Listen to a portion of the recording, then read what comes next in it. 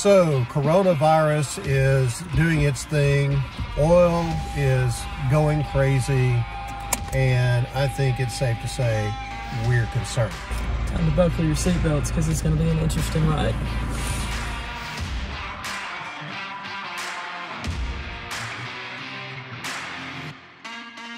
So yeah, we're concerned, but probably not for the reasons that you think that we should be concerned. Janet? So John, I found some interesting information that Burt White shared recently. He was talking about Ares, the god of war. If you go back to Greek mythology, and I know everybody's going, where in the world are we going with this? But he had two sons, Deimos, who's fear, and Phobos, who's panic. And if you think about, I mean, this is the god of war, who had a son who's fear and one who's panic.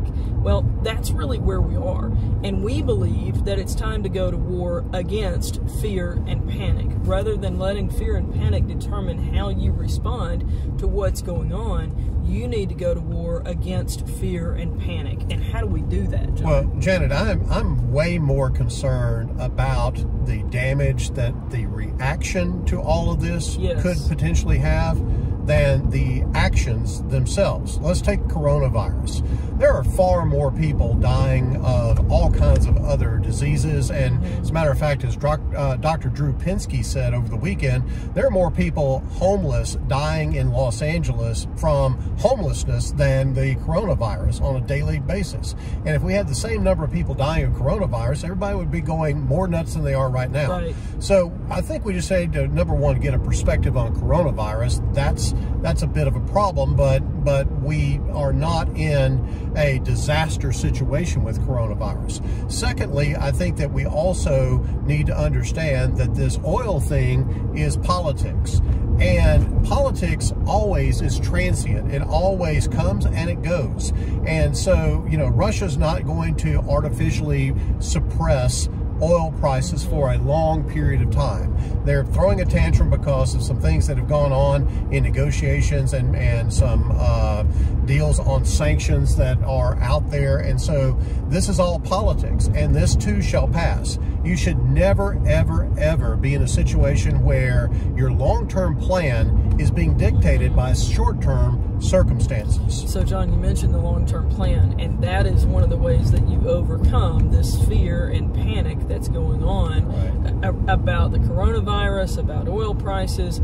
Pick whatever might come up tomorrow. There may be a new topic to talk about then. It doesn't matter. What is your plan? And if you don't have one, you need to get one. If you do, then set aside fear and panic. You go to war with fear and panic by referring back to your plan. That's why we did it in the first place. Yeah, it's for times like this that we designed the Gen Wealth Ready to Retire process, Janet, and understanding that process and understanding that there are buckets of money that are actually performing okay right now because they're invested in fixed income. There are buckets of money that are taking a hit right now on a temporary basis because they are invested in equities, and equities are down right now. If you think about, when you hear the reports about the markets in general, think about like the S&P 500. We don't have a single client who is in an S&P 500 index and that's all they have, right? We don't do that. We set your investments up to be used at various time periods. And so when you hear about the markets, realize that's all in 500 companies, all equities, no exposure to anything more conservative.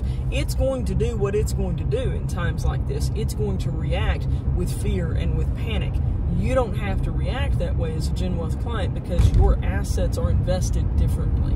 And so if you have concerns, let us know. We'll be glad to talk you through it, but hold tight, don't fear, don't panic, don't give in to the Greek gods, you know, or anything along those lines. And certainly don't give in to all the noise that's in the media right now, because about 90% of what you're hearing right now is not based in fact, it's based in fear and panic.